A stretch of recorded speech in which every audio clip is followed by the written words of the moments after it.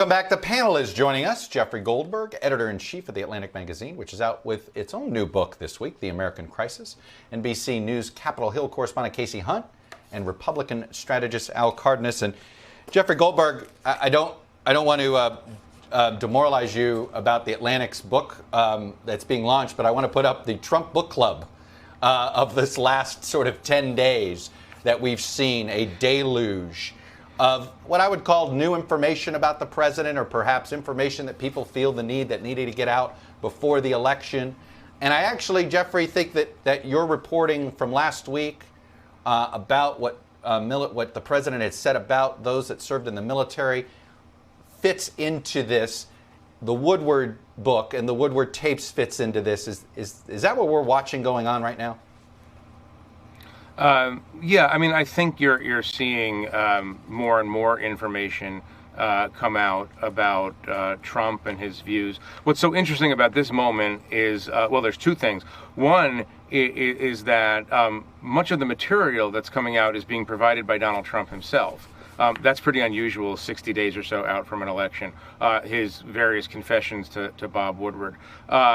And the second thing that's so notable about this moment is that there's an awful lot of shadowboxing going on by Donald Trump. He keeps raising old issues, old meaning a week old, a year old, 4 years old. You know, with so few days between now and the election, you'd think he would stop arguing with past slights or past stories that he doesn't like. But, you know, last night he's arguing with Hillary Clinton again at a rally. Right. And so it's fascinating to watch how he can't let go of particular issues. And then he keeps those issues alive in the news cycle. Well, yeah, Jeffrey, you were telling me he has tweeted about the Atlantic story that you wrote over 60 times since it went public. Yeah. What happens every time he does to the Atlantic's website? Well, you know, this is an interesting thing. We get more readers to the story every time he talks about it. And so it's, if I were advising him, and I'm not, but if I were advising him, I would say stop drawing more attention to these claims, especially when you're in a very tough race, and the American people at a particularly dire moment, pandemic, fires, and so on, want solutions, want some ideas about where we're going. Al Cardenas, you know, you've been in campaigns for years, and I've heard from every campaign operative, the only thing you can't buy is time. And this looks like another lost 10 days for Donald J. Trump.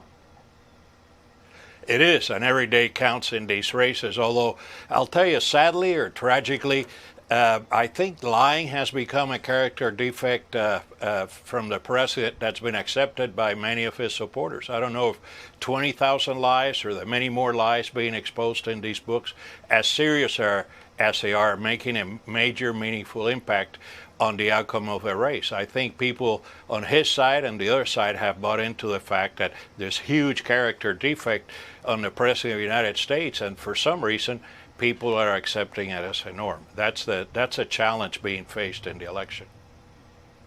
Casey Hunt, yeah, this is your beat, Capitol Hill. You deal with this, what Al just described.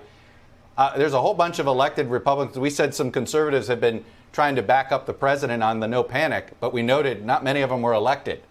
The elected Republicans are as quiet as they've been, and they're pretty quiet in the Trump era. They are, Chuck. And just when you think that you've gotten to the bottom, the worst possible thing you could throw to a member of Congress, a Republican who has to defend the president under something like this, something else happens. And, you know, I actually asked Mitch McConnell, the Republican leader, about this week, and he didn't want to answer the question. He said, that's a question for the White House. I don't have anything to add. I mean, he had said at the time that he hadn't seen the Woodward book. Of course, we had read to him out loud the key portion of it that we are now talking about here today. I do think that there's a sense that this particular episode in Woodward's book, and also Jeffrey's reporting, I mean, it was really an aggressive 1-2 punch, but The sense is that this might actually make a difference. And I know we've said that over and over again, and then it never seems to make a difference, starting, with what happened with John McCain back in 2015. But there are more people saying to me privately, this is really, really difficult to grapple with. And one of the pieces of evidence they point to is the fact that the president is out there trying to explain himself. A lot of times with these controversies, he either just keeps going, keeps making the same claims, or he stops mentioning it eventually. He clearly is feeling pressure to try and say, no, I was trying to do the right thing. And I think that's really telling. Well, it's interesting. I want to put up, we've had a ton of battleground state polls. Al, I want to put up, we noted all the different battleground states, just the Trump number that I put up here, because there's a pattern, and Al, I think you'll get it. 41, 42, 42, 42, 43, 44. Only in 3 states, Al Cardenas, is Donald Trump at or above his national number from 2016. It's in Arizona, North Carolina, and Florida. By the way, he trails in all of these states. But his number being under 45 in a majority of them, how much of a red flag is that?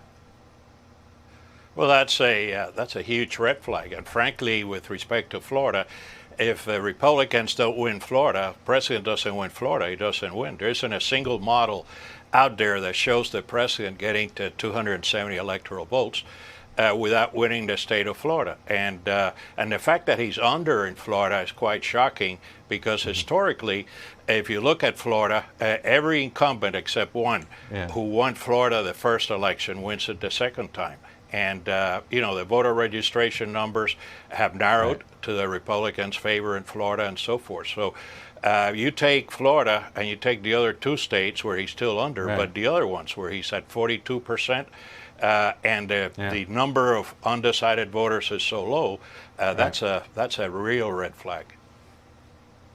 Hey, Jeffrey Goldberg, I wanted you to, your book is, one of the things you say in the introduction to this book on these sort of the best of the Atlantic, I think, over the last 4 years, is how maybe you, and frankly, I think you speak for all the media, we all underestimated how to cover this president and how to cover his mischaracterizations and lies. Tell us a little bit more. Yeah, well, I mean, I think we weren't at least trained for such a novel kind of approach to truth and to populism and even to these authoritarian impulses that you see. We've spoken about this in the past.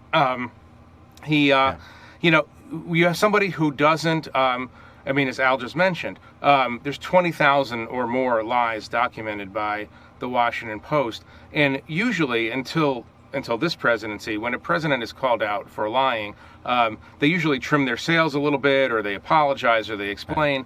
And what you have here is a new phenomenon for all of us, and we're not sure what to do. It's taken us a long time to call a lie a lie. Right.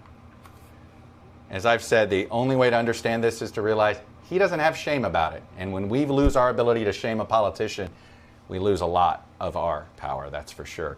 I'm going to pause the conversation there. Hello from Washington, I'm Chuck Todd, and thanks for checking out the Meet the Press channel on YouTube. Click on the button down here to subscribe, and click over here to watch the latest interviews, highlights, and other digital exclusives.